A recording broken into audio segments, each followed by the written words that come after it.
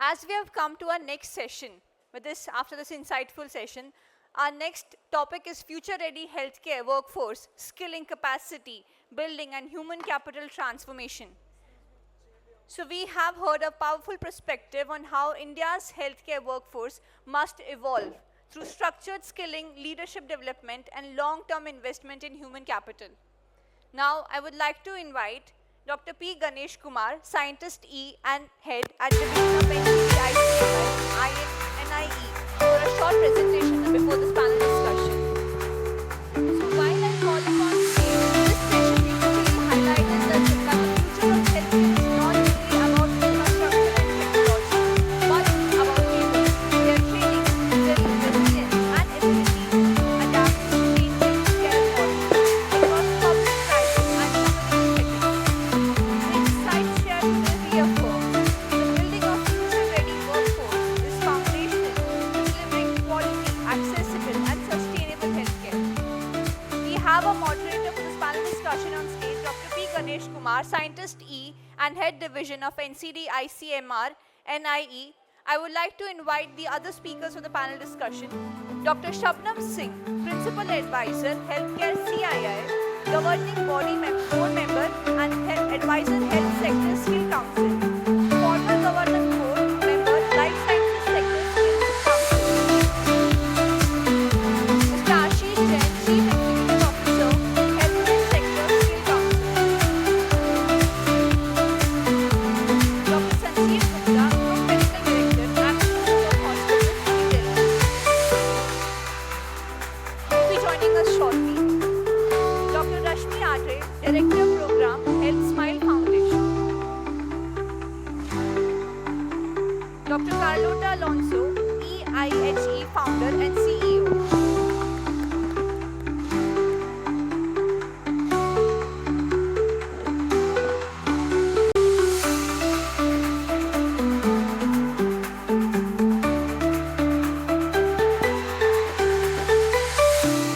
Good evening, everyone.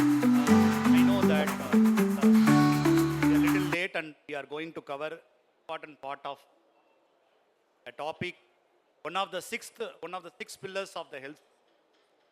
Without this particular pillar, it is not possible for any health system, be it is government or private, with health force of India.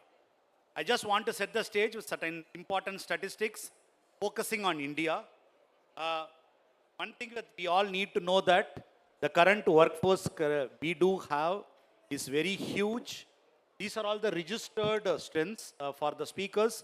There is a display on the front for your ergonomic. You can see there. Yeah, you can see that. But I'll just tell you very briefly what actually we are dealing with is that there is something called annual intake, which is increasing year by year. We just had a discussion before that.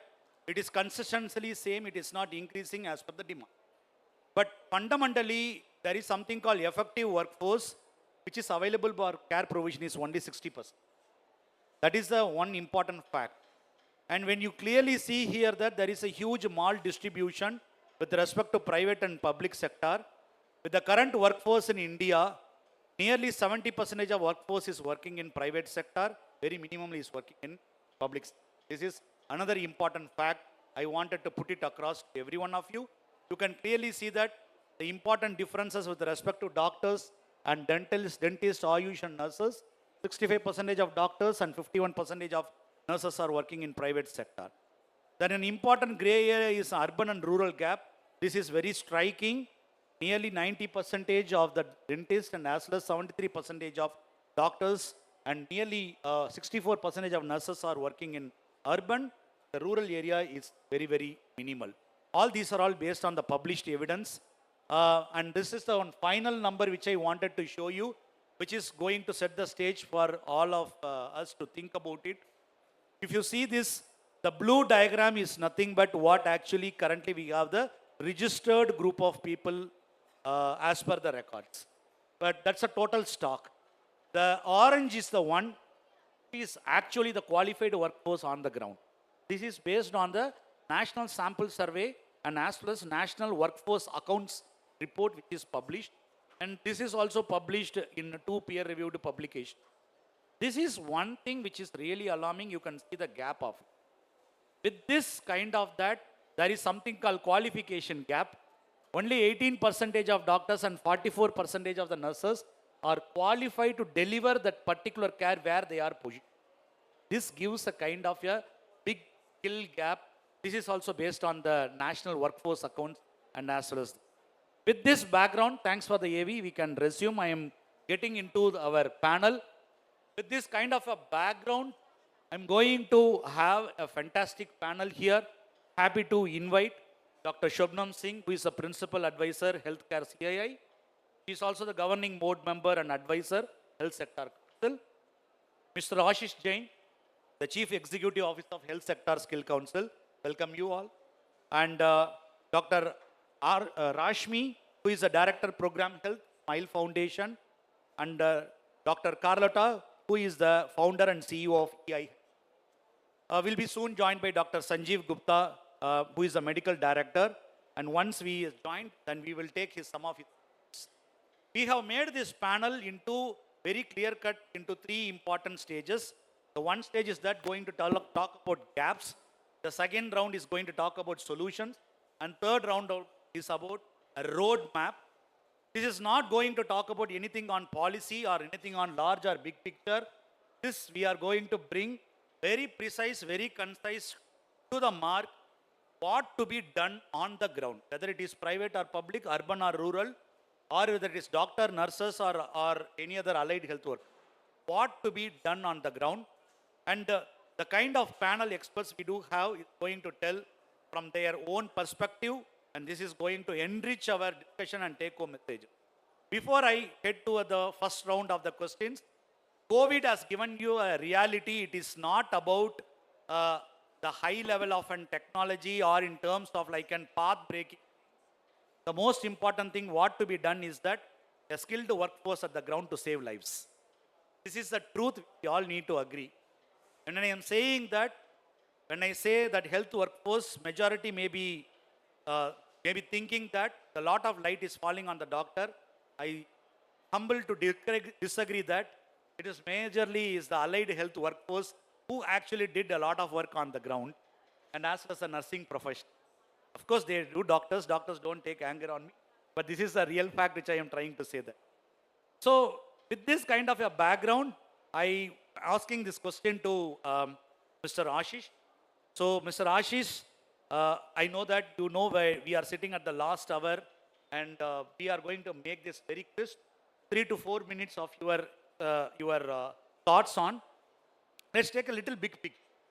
You have tasked in skilling millions of healthcare people country, the Health Sector Council, and we often hear that there is a huge mismatch.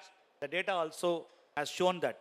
Now the question is, what is that one major shift in your council's curriculum or an activities, that strategy to ensure a certified worker also become a competent worker? Over to you. Thank you, Dr. Ganesh, for the question and UH for inviting me for this discussion. I think very interesting. This is the most important topic I talk about the human. And unfortunately, in every conference, this is the last. So probably that's, I think we need to change that bit as well. Having said this, I think what we do to make our curriculum current and required, I think we start from the other way around now. So if you look at the mission Skill India, the main objective is that how do we create workforce which is employable. We start with the employer, which will mean that we have to go to the employer first and understand their requirement. So we start from there.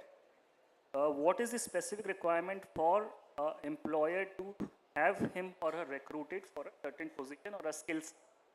So we understand the skills required by the employer themselves and then create or curate our curriculum accordingly, keeping in mind the academic value, what kind of time is required, what kind of practical sets is required.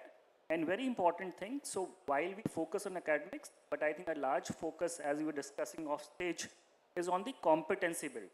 We focus on the practical side of it. We focus 70% of our curriculum would be practical on the job training rather than the academic. I'm not saying that theory is not important. It is equally important, but I think theory can be explained while we are doing practical, while we are doing on-the-job training probably, and that's where the focus is. And that's how we keep our curriculum very current as per the requirement of the employer, because by the end of any program, either it's MBBS, nursing, if the person is not employable, probably there is no point of that certification or that program itself.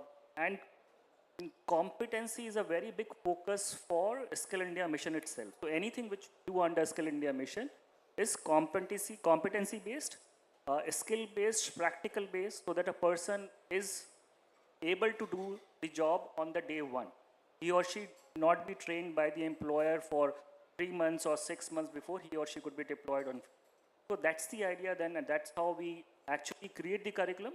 We always work with the experts from the industry, practitioners themselves, not the academicians, sorry, it's not demeaning the academicians, but what we want is the practitioner side of view of it, and then of course we curate our curriculum accordingly. Thank you. Thank you, Mr. Ashi. The most important take-home point from your side is that there is a very famous word in design thinking which is called user-centered. Right? So this is more work-centered. What is really required has to be grown, has to be imparted as well said, as you mentioned.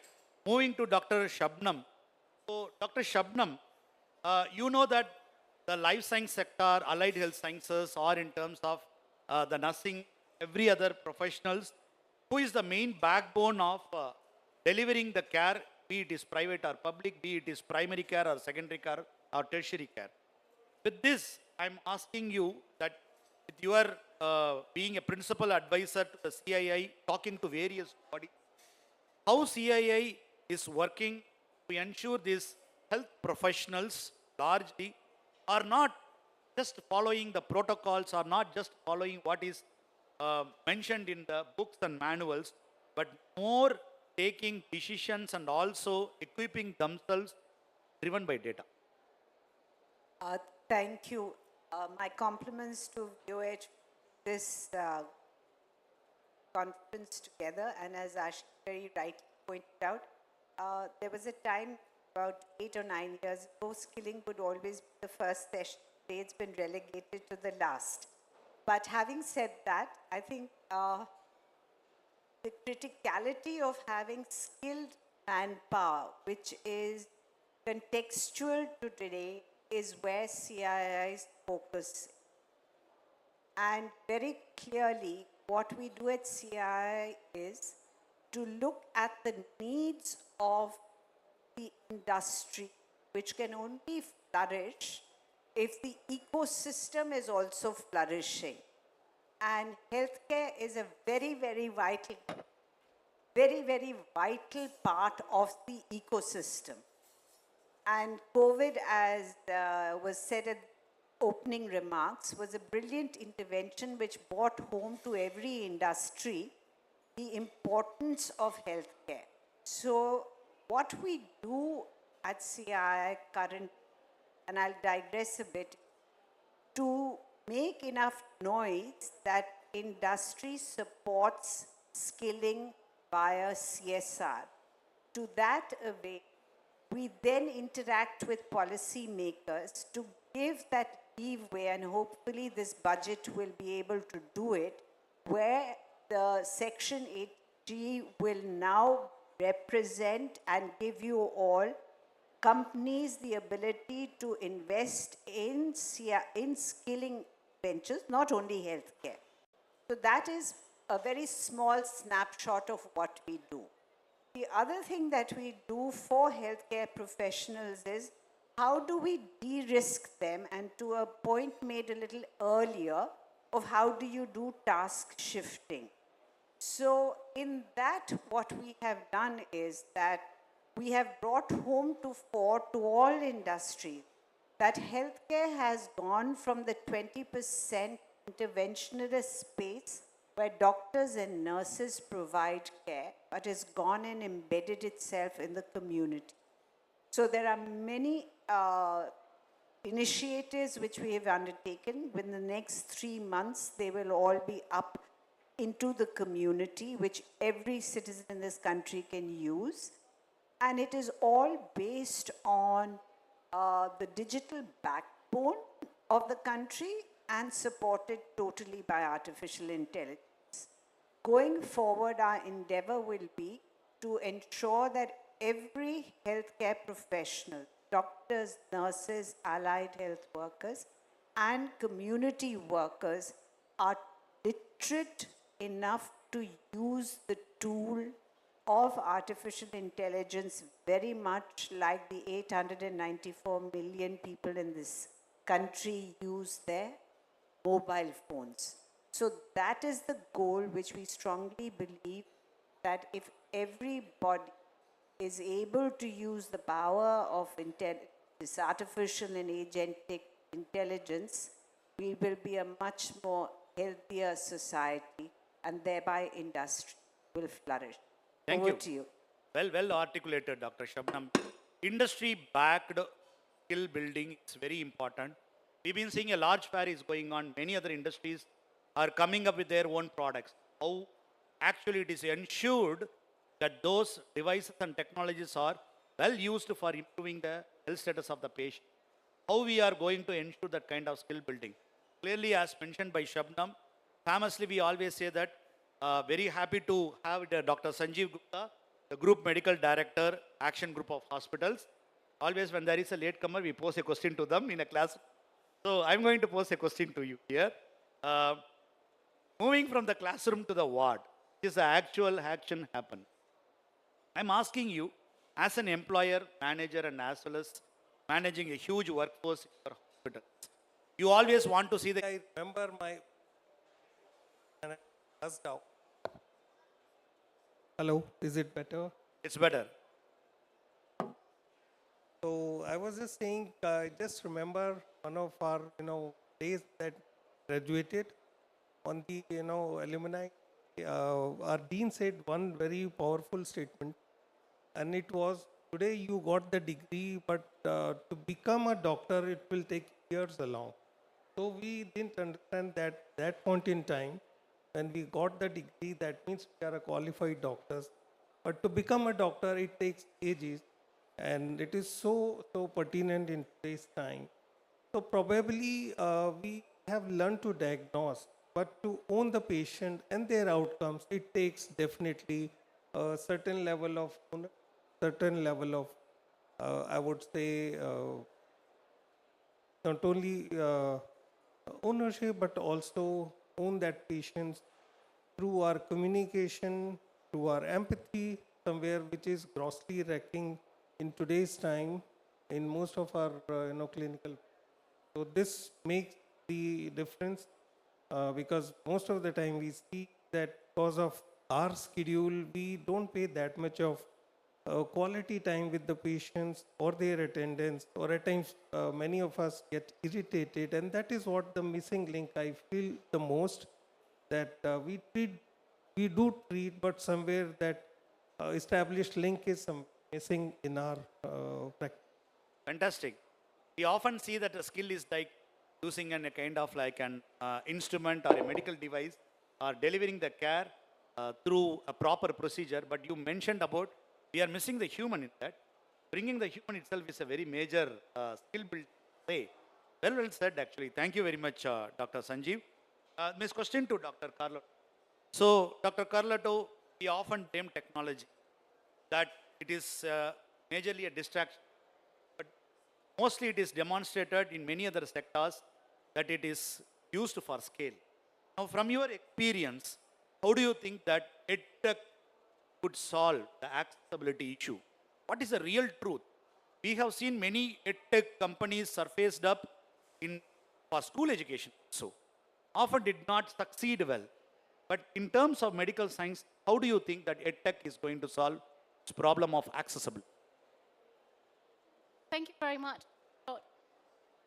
I'm thinking that EdTech has already built access, but very what makes the question said, I think the key question today is access.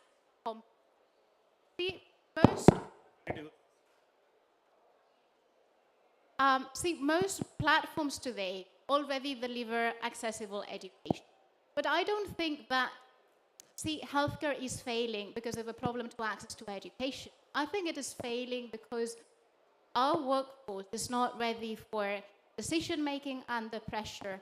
It's not ready for actual teamwork. It's not ready for hands-on confidence. And here is where I see that AI and edtech can actually reinforce these gaps. Because we're talking about what are the gaps, then we'll dive into the solution. And I think number one gap is access to standardized critical thinking. And I think that today we have the tools where we can embed the benchmark algorithms, the safety checks, the clinical standards into these AI powered tools so that, okay, we all agree that in Spain or in India, when you're here in Delhi, we have access to the latest protocols. But what is happening in hospitals or clinics, tier 2 or tier 3 cities? And I think that is the number one place where we have to focus to address this gap. Then number two, I would say, is simulation at a scale for rare but very critical events. Again, I am talking about cardiac arrest, I am talking about airway management problems.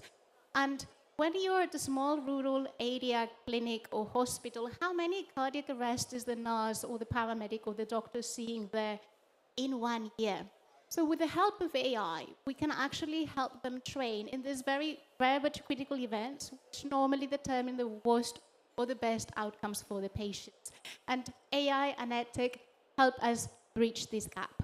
And then the number three thing I would point out is training or upskilling continuously.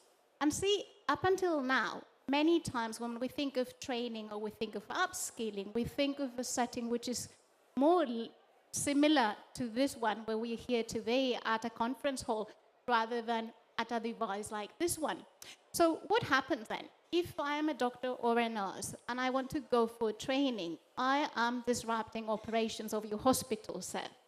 Whereas if we can embed these training tools in our mobile phones, in drills, in simulations, during our day-to-day, then training shifts and stops being an operations disruptor to actually being parts of the operation. So I think here is when the great shift happens. So I think we have to stop thinking about AI and EdTech as online education only. And we have to think of it as part of the healthcare delivery ecosystem itself. And here is where it actually transforms the workforce. Thank you, Dr. Carlotta. This is a different perspective of seeing this. I will say one of the things which has happened in the ground is more than kind of a skilling, this acts as an assistance, AI tools, realistically on the ground when people are using it. I have seen nurses using ChatGPT also. I have seen doctors using ChatGPT and Gemini also. Quite interesting future generation that we are going to see. That's what I would say. We don't know. We will see that the time will say the answer whether it is a distraction or really it is going to make a dent of that. Moving to Dr. Rashmi. Okay. So she is a director of health in an NGO called Smile Foundation. We are talking about hospitals and major human capital exists is mainly in the community, like ASHA workers, community health officers, or that NGO non-formal workers who are working. They are not clearly graduated by any formal training, but they deliver a lot of care on the ground. With your experience on the ground, what do you think is the biggest barrier for this human capital transformation decentralized at the village level? Thank you so much. Thank you, Vij, for having. I think the most important word here that so when I think about it, at the village, who is the first point of contact? This is the ASHA work. That's the first step and the first introduction into the public. We talked about HR task force as the last step. Talking so much about digital tools, but digital tools are just tools. They help deliver care. Care needs a human touch. It is ASHA who is doing. However, what is going to be the biggest challenge for an ASHA worker is the lack of career growth. An ASHA worker remains an ASHA worker. She is working, carrying enormous responsibility. Which, In fact, at the last count, the ASHA worker is responsible for maintaining and responsible for over 35 national programs. However, she has that responsibility. She has no designation. There is no career growth. There is no fixed income either, as we all know. So I think the biggest challenge at the village level is that lack of career growth, that lack of incentivization for her to develop skills. There are plenty of tools available, and most of them use it quite well. All of them have smartphones. There are also digital tools, for example, FPLMIS. Now, this is very interesting, and I'd like to share this. FPLMIS is the Family Planning Logistic Management Information System. It was introduced in 2017, and by 2019, 46% of the ASHAs were using it, which is a huge number. Nobody had expected. Why? Because it actually made their task easier. So if we want committed healthcare, if we want quality healthcare, we have to emphasize the people who are delivering healthcare are also have a clear career growth. They have something to look forward to, only because it is people who deliver healthcare, not tools, not digital platforms, not digital labs. Thank you. thank you, Dr. Rashmi. Like, I want to just add upon one thing what you have mentioned is that these are all the workers who are not clearly as a graduated in the health background, but they were delivering huge amount of care provision in the ground. I don't know how many of you know that there is a program called home-based neonatal care delivered by ASHAs, which is actually saving huge amount of neonatal deaths. So there is such kind of interesting things are happening. I'm going to do the second round. You can see the clock in front of you, how you are going to crisp. You all know this. It's going to be less than a minute or a two that I am going to request on how you are going to transform the country or any kind of an organization from this gap to a solution. So I'm going to ask you a very clear-cut, pointed questions, how you are going to pivot that transformation to Carletto. Please tell me, like, just tell us that, can this hands-on clinical experience of nursing paramedics, do you really think or you are seeing any change across the world that AI-driven simulations is going to take the big time? Well, I think we have no other option, really. And let me just share an example as well. See, I trained as a doctor in one of the best medical schools in Spain. And how many times did I use minimally invasive surgery tools before actually performing surgery on a patient? Well, answer is none. I practiced stitching on animal skin. I practiced cadaveric dissections. And the first time I collaborated in a surgery, laparoscopy surgery, it was on a patient. So now planes are everywhere around the news these days. Would any of you allow a pilot to fly commercial before training with a simulator? Well, personally, I wouldn't. Now, why do we allow nurses, paramedics, or doctors to start by training on patients? So I think the answer is not AI versus hands-on. It is the reason that AI today is our hands-on. So we have to train AI first for patient safety and then continue to embed AI in a day-to-day practice. At least that's my own opinion. Thank you very much. That's a very good comparison you mentioned. Pilots running on simulations cannot be same way compared where in terms of patients. Clearly mentioned by Dr. Sanjeev Gupta, empathy as a skill, it's a major missing which I am seeing largely in even a bigger hospitals which is well controlled.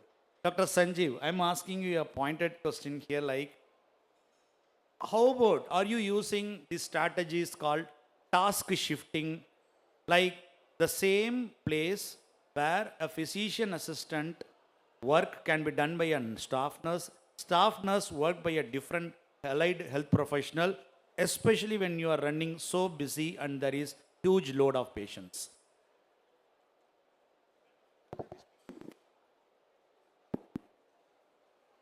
All right, thank you so much for asking this pertinent question, first of all.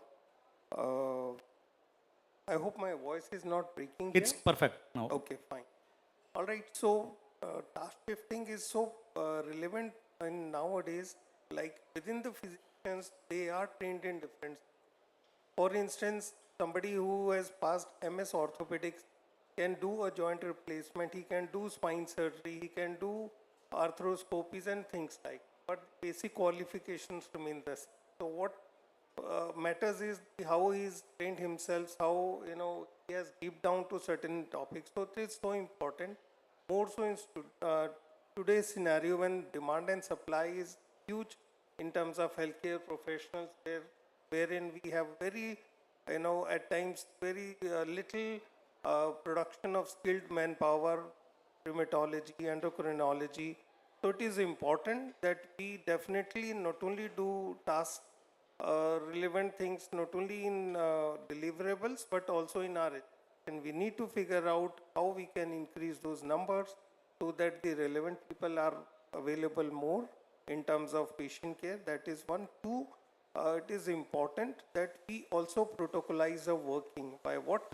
We have a better triaging at ER, we have a better systems in place by what the care can be delivered better. So it is a little more than AI tool that we are largely dependent on now on these days, or the HI system for that matter. But they all are need to be integrated so that bottom line is that we are able to send patients in a delighted way. Thank you. Thank you, Dr. Sanjeev. So, with this, task shifting is one important strategy which we could consider. Not just we have been talking more in public sector, but it's a huge time in private sector also. Lot of lessons to be learned, and it could be shared to many other private organizations. Dr. Rashmi, you know that the training of the healthcare workers in the ground is very essential. When you want to scale that, it is not always possible like a physical training is. COVID gave us a huge amount of a lesson. There is a terminology called PIGITAL, which is called physical plus digital. What do you think about it? Is it relevant?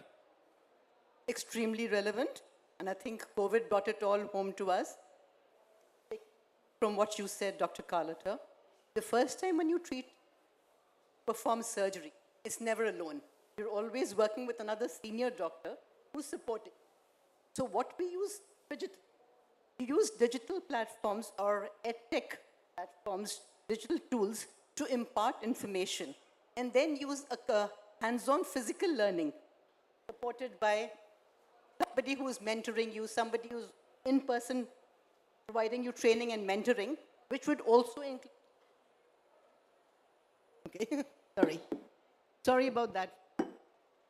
So a combination of digital platforms for learning the theoretical aspect and the physical supportive supervision or mentoring is what would be ideal, not just for information, but also for developing empathy and connection with the patients, which I think is the heart and core of healing. Thank you very much. This question to Dr. Shabnam, like, tell me a strategy that how we could, please check if your mic is fine, otherwise I will pass my mic. I will give my mic. Tell me a strategy that how we could involve industries. Please sit, madam.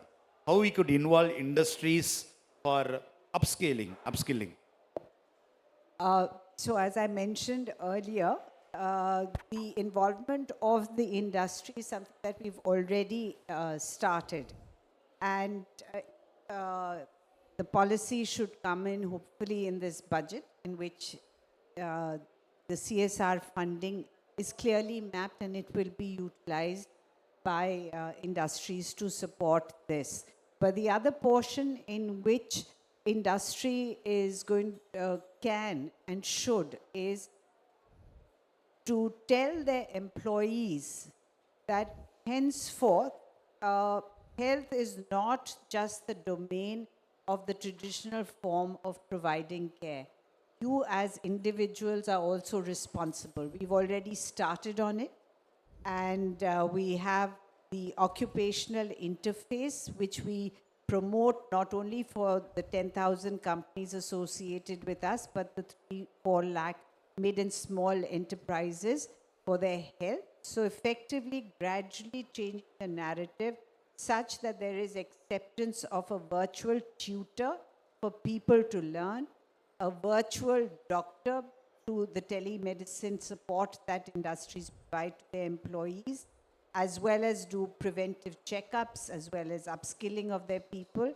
And last but not the least is what we are walking into is a virtual advisor on health for all industries. So it's effectively not only supporting the traditional method of doctors, nurses, allied health workers to be upskilled, but individuals also to be skilled in taking care of their own health from a preventive and a promotive platform. Thank you. Thank you, Dr. Shabnam. As usual, well articulated for that. The last question of this round to Mr. Ashish. So, Mr. Ashish, are we looking into something called micro-credentials? We also had the similar chat. We had our agreements and disagreements. But from your experience that you've been talking to the various stakeholders, how do you think about this kind of micro-credentialing or specific skilling for a health worker or a health professional? I think it is very important. Some of the previous speakers have mentioned about having those learning modules on their mobiles today, and that's where the role comes in of the micro credentialing or the small modules of learning, which is important. If I talk about the skilling ecosystem, we already have the process of creating the micro credentials, small skill sets, small learning, even for let's say 30 hours, going to 90 hours, and so on and so forth, depending on the skill set. But having said this, I'll also add probably that's been already taken care in the medical curriculum and the nursing curriculum as well. If you look at the medical curriculum, they have already accounted for 6 weeks of skill certification embedded into the medical curriculum. Similarly, if you look at the INC, the nursing curriculum, they also have a provision of a 6 months program where skills can be inbuilt, whether it's a language or other additional skills, which can be added, which means they are also promoting the micro-credentialing of adding certification, skill certificate, which may be required for them to be employable. So that's happening across the board right now. I think there is a recognition of this fact that we had to, given this, the schedule of different, kind of people in the health space, we had to move towards the short-term kind of training, short modules, which can be grasped in a very, very, short duration, and person can stack it up to go up to the higher level where they can be converted into a kind of a diploma or a degree, because now, as per the new skills policy and the NEP, you have the academic bank of credit also, which you can put the credits together and then can earn a diploma or degree based on that. So there is a, overall, I would say, framework which is already being laid down by the government now, and people are putting in those framework, different sets. Puzzle is already solved in that manner. It's the implementation part which you have to look into it. And if we can implement it correctly, probably I think we will be able to serve what we are looking. Great, great, fantastic. So, thank you, panelists. I'm going to have the one final. I'm going to give a magic wand to each one of you. You are going to give one moonshot idea, the human capital for 2030 to transform it. Give one important, a big idea which could transform so that we get prepared for 2030, be it is urban, rural, or private, public, or primary, or secondary, or tertiary care. I'll start from Dr. Carlotta, just 10 seconds. Maybe the mic can be passed on. I think that this mic will be better. Yeah. Thank you. So I would say very crisply, we have to shift from a degree-centric model to a competence-based model. We have to take evidence-based research like World Economic Forum and the future of the jobs, the future of employment, the International Bureau of Education, UNESCO's framework, and move into lifelong learning, interactive use of tools and resources, and actually having a digital competence. So if I would have to change policy for 2035, I would say all healthcare professionals should have a competence passport, and more specifically, a a digital competence passport. Fantastic. Dr. Rashmi. Thank you. What I would want for, if I had a magic wand, is a system of continuous learning for all health workers, as well as clear career pathways for a first step. That is the ASHAs. Because it's not tools which will be determining the gap in healthcare. It is people, competent, skilled and competent people. That's who we want to strengthen. Thank you. Dr. Rajiv. Dr. Sanjeev, sorry. Dr. Sanjeev, you were. So I think something which is missing in our medical practice is resource pooling. At times, those resources who are rare in nature or something, they are limited. So we can definitely do resource pooling among organizations, among institutions. That will, bridge the gap of demand and supply. And secondly, of course, better practices or best practices are limited to that organization. So somewhere that learning is missing to the other. That way we can create some forum by what any innovation can reach out to all the other organizations as well, so that people learn from better practices, can replicate in their own institutions as well. Thank you. Thank you, Dr. Sanjeev.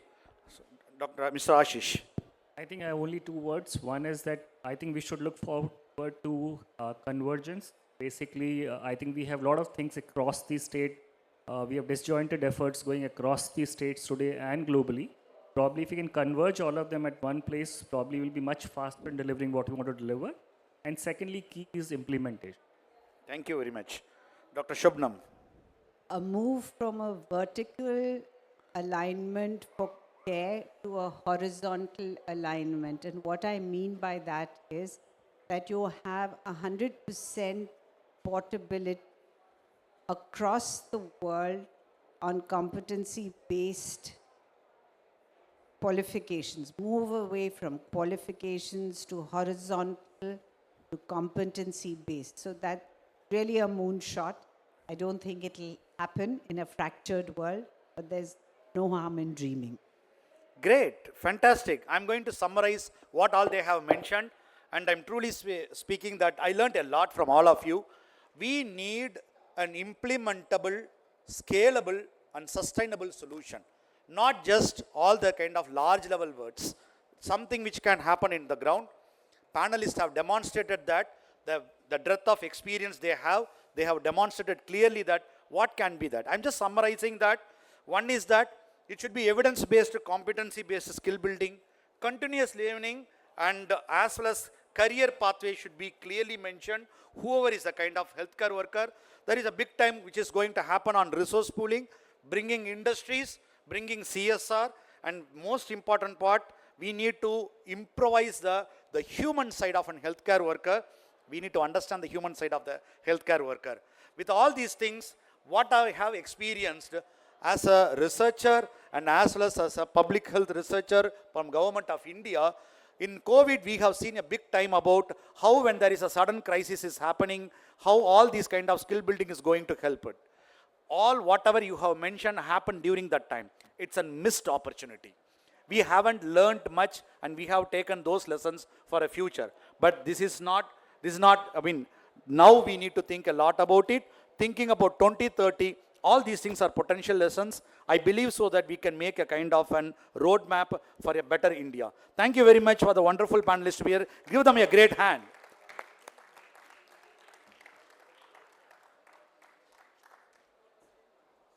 Thank you so much, sir.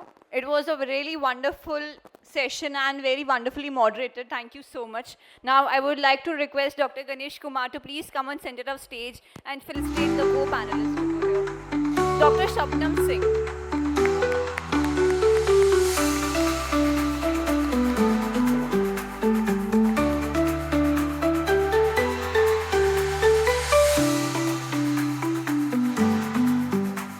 Mr. Ashish Jain.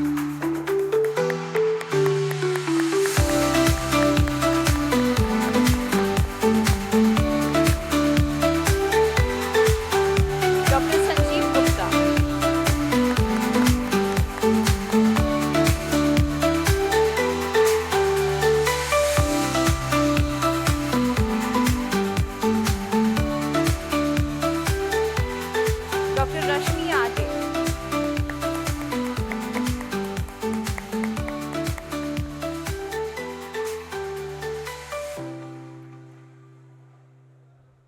Dr. Carlota Alonso.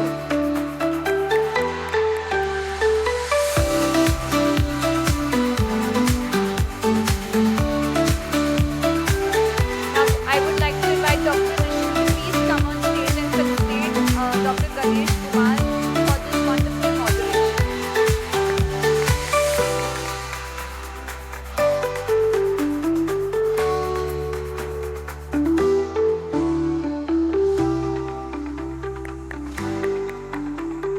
I request all the panelists to please come on center for a group picture.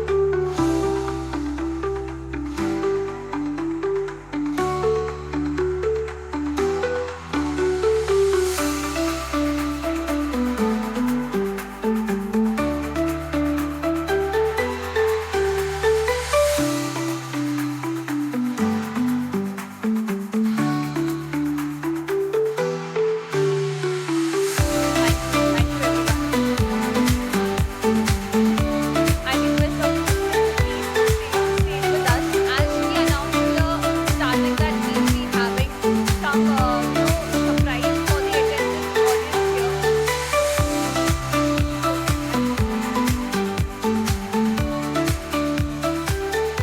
So we have two teams with us, the attentive, engaging audience who always raise their hand even if it was right or wrong. So they were there. I would like to invite Dr. Nishu to give them a prize. First is Dr. Anmolika Bajaj.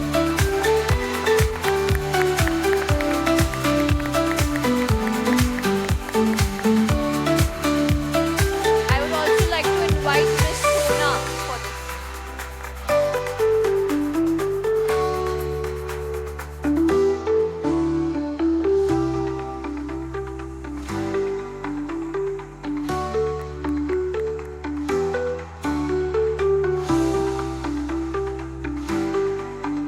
And our next audience is Ms. Sona for this engaging audience. Thank you so much for being an engaging audience.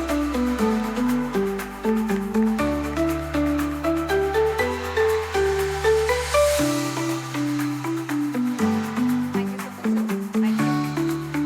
Ladies and gentlemen, as we wrap up the 10th International Healthcare Conference, I want to thank you all, our speakers, moderators, partners, and delegates for making today a truly special day.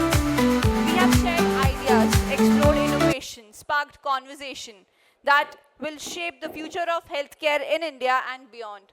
What stands today is a power of collaboration, knowledge, and commitment across hospitals, industry, research, and policy. So I would like to thank you all for being part of this journey, and we look forward to welcome you at our next edition, the 11th International Healthcare Conference in Mumbai on 17th September 2026. Thank you for being a very engaging, attentive, and a great audience. We'll see you in our next edition. Thank you.